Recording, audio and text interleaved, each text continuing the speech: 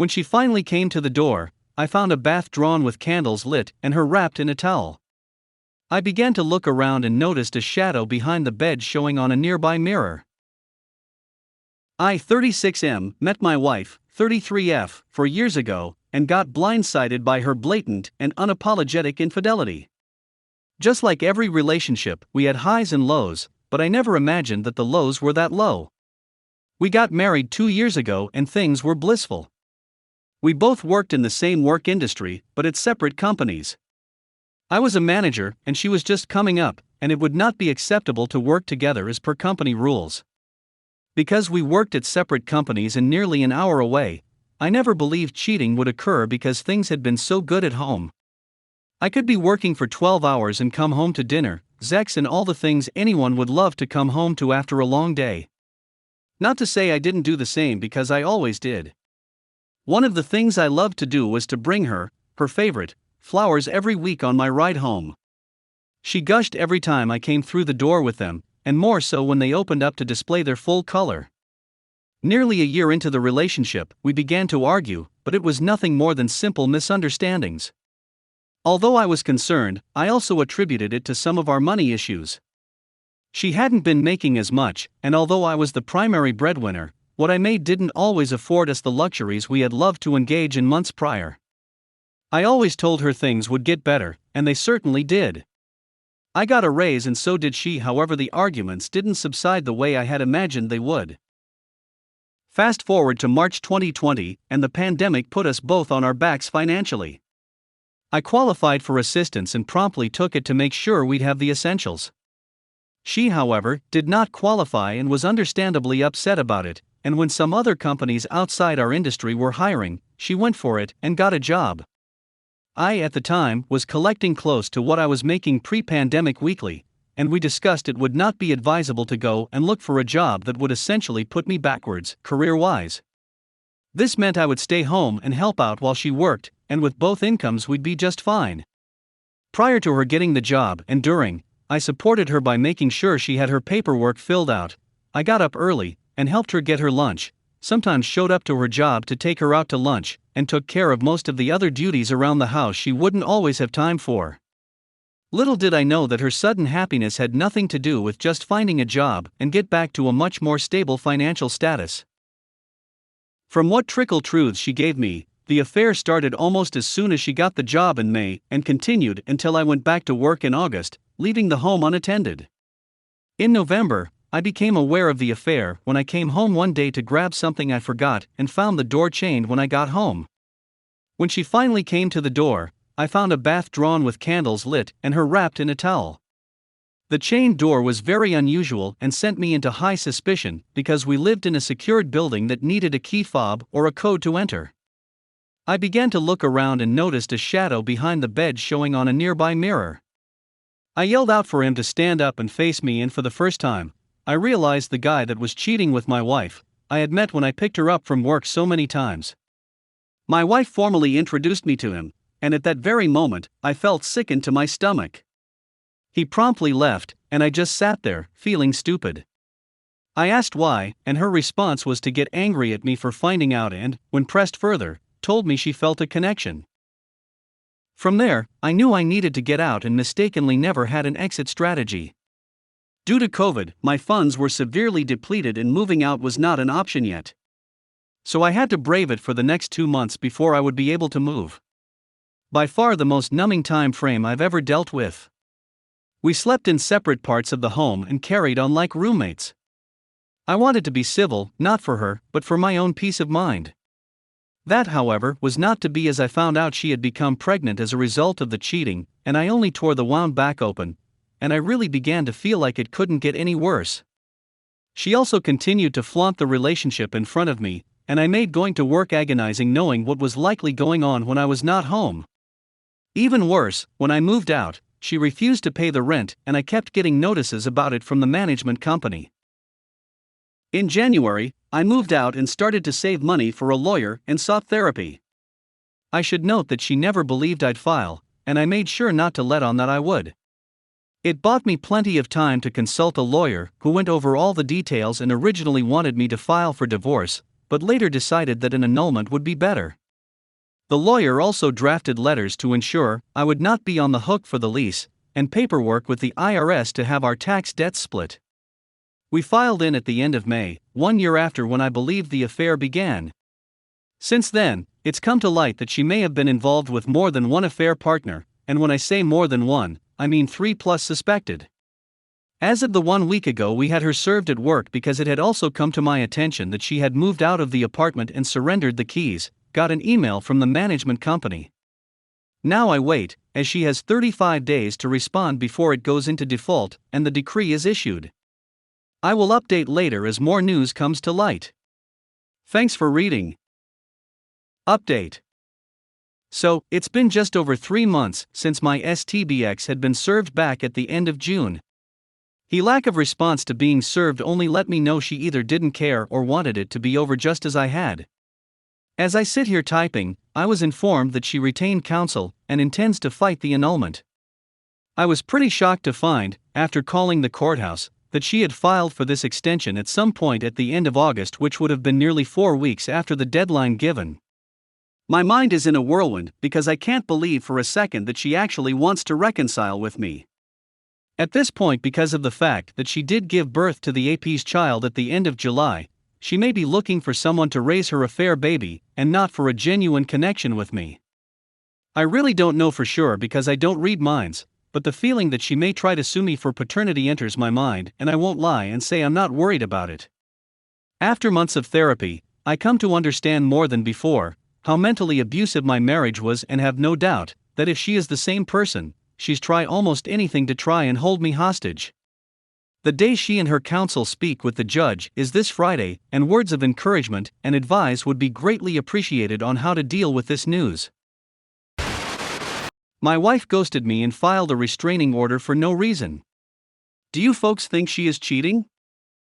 My wife and I are both 28 years old, and we've been married almost 4 years.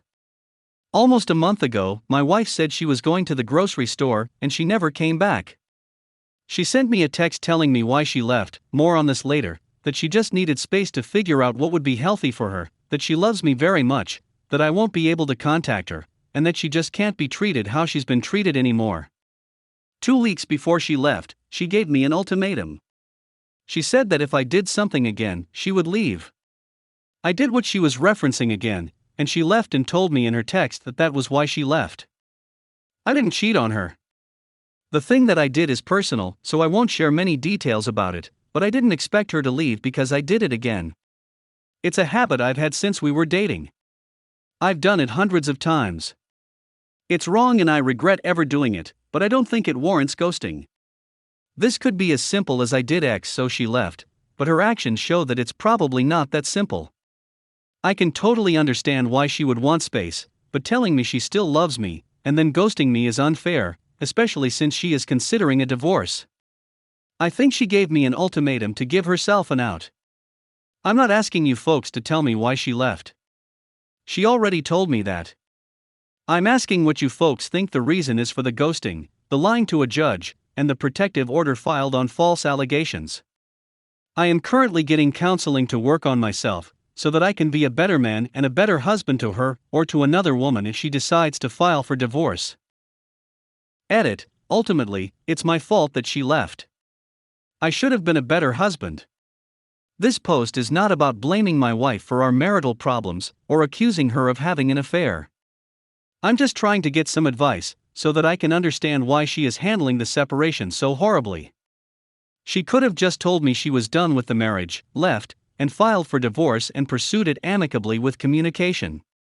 Instead, she left, told me she still loves me, won't communicate with me, and then filed a temporary protective order based on a false allegation. Her actions are in conflict and show that the situation may not be as simple as I did X so she left. She still hasn't filed for divorce or retained a divorce lawyer even though some of her actions scream divorce.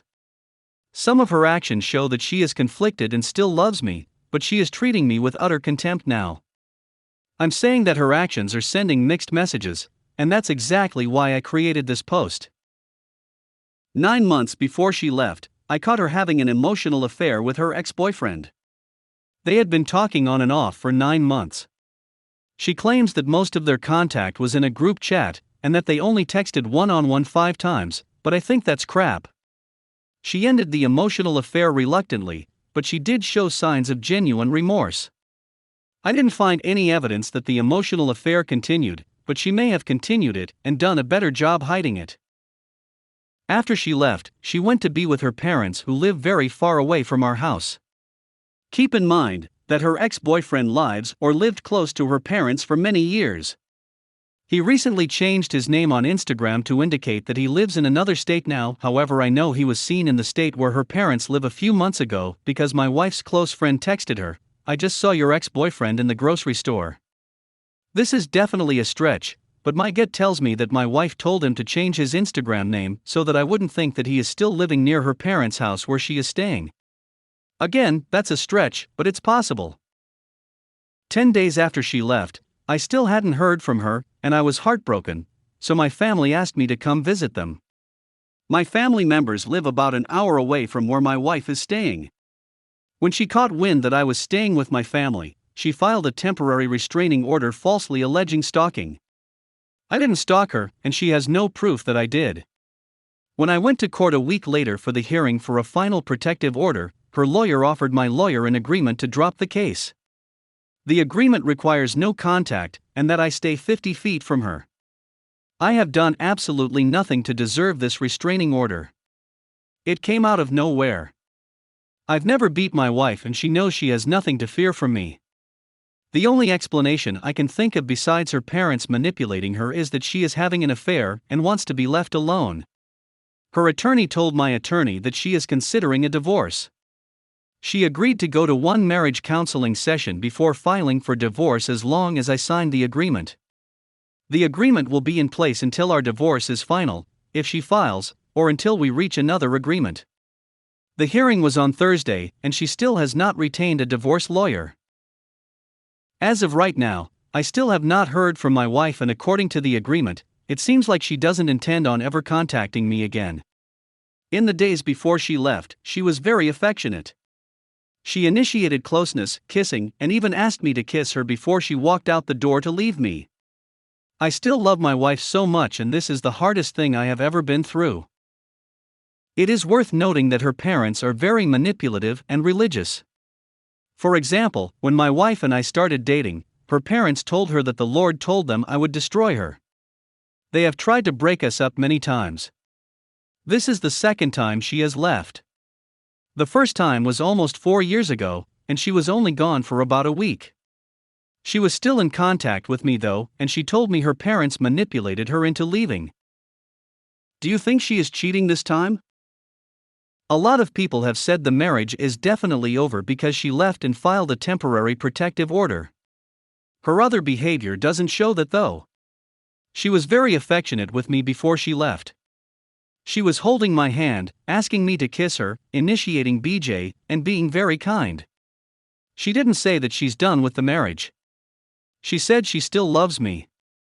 Furthermore, she hasn't filed for divorce or retained a divorce lawyer. I'm not saying that she's coming back. I think she will most likely file for divorce. I found out my wife has a boyfriend. For some context, this story is going to be all anonymous, and I won't reveal any info that could identify anyone. Characters: me, obviously myself.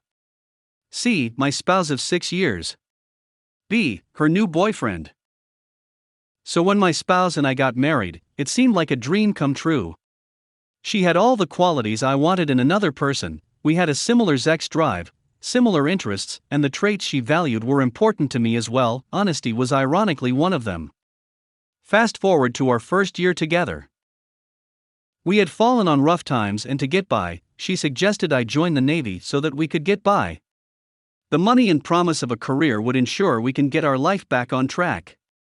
I had never been interested in military service, and I was terrified of the idea of joining a job where I could die, but I loved her, and I wanted to provide for her. When I couldn't provide, I felt small. I agreed and attempted to join. We found out after about 6 months of the Navy yanking me around that they weren't going to let me in because of a pre-existing medical condition. So that plan fell apart. I started to really wonder how I would provide for us. She then suggested we move to go live with her father a few states over. This was the start of a long line of her suggesting things, and me doing them to keep her happy. I did so even though I barely knew her dad. We stayed there for a while, also struggling to find decent work, and then she offered to move us again to another state to go live with her sister. Again, I wasn't comfortable with the idea and I expressed that, but she assured me it'd be okay. Her sister's place was more or less the same situation. So we then moved to another counter, on C's recommendation of course, to go live with her mother. Again I expressed my concern, but I was assured that it would all be fine. So at this point we'd been married about 2 years, and I'm noticing her behavior is changing. C used to cook and clean and even do little things for me like gifts and compliment me. All of that is more or less gone at this point, and I'm doing everything from cooking to cleaning. Zex is slowly declining and the level of effort in Zex feels lacking, but I brush it off as just we're both stressed. Upon moving to this other country, I find work and I have a job for the first year we're there. My paycheck is supporting us both and I'm not making amazing money either. I'm putting up with a lot of bad habits she has with money, like buying cigarettes when we need food. Finally, I managed to get her a job. She is instantly very ungrateful. She slacks off at work and was always putting her job at risk via poor performance. At this point I am paying all the bills and her money is just for her. If I ask for anything, she complains about it. Zex is down to about once a month or so. And unless I explicitly ask, it doesn't happen at all. We're arguing all the time and every time she has this way of manipulating me into thinking I'm always the cause. Even though now when I look back I can't remember a single time when I started something, and I always tried to get away from her. She would escalate arguments where I was calm by screaming in my face, pushing me and even hitting me if necessary to get me as angry as her. Then she'd say she was afraid of me, because I was finally at my limit. So this all just kept getting worse and worse until about last year. Suddenly her behavior is doing massive changes. She's basically now all of a sudden interested in going out a lot without me. She was a homebody before this, and soon she would be against telling me where she's even going. Keep in mind I mostly only ask so I know how to get a hold of her in an emergency, and if she was like oh I'm going to Jennifer's house I would mostly just say have fun. Previously she would voluntarily tell me where she was going without even needing to be asked, but now it was suddenly don't worry about it. I brush it off because I don't want to become that spouse who is always suspicious or going through her stuff. And I didn't. But soon she is drinking all the time, and she's not coming home a lot. Finally, I get the I don't love you anymore speech. This was after a huge Christmas where she basically emptied a ton of our funds, and left me with nothing to go off with B. She left and I came to find out she was cheating on me with way more people than B. Like over a dozen that I now have to see all the time. They come in and out of where I work so I'm always reminded of it. I have a new significant other now, but what hurts the most is the aftermath. The law more or less says they don't care she cheated and I was entitled to nothing. I was forced to keep paying for a ton of stuff for C even after she left me. She moves in with B and instantly she has a higher paying job than me. She had him spending all this money on her, and she's getting praised by everyone around her.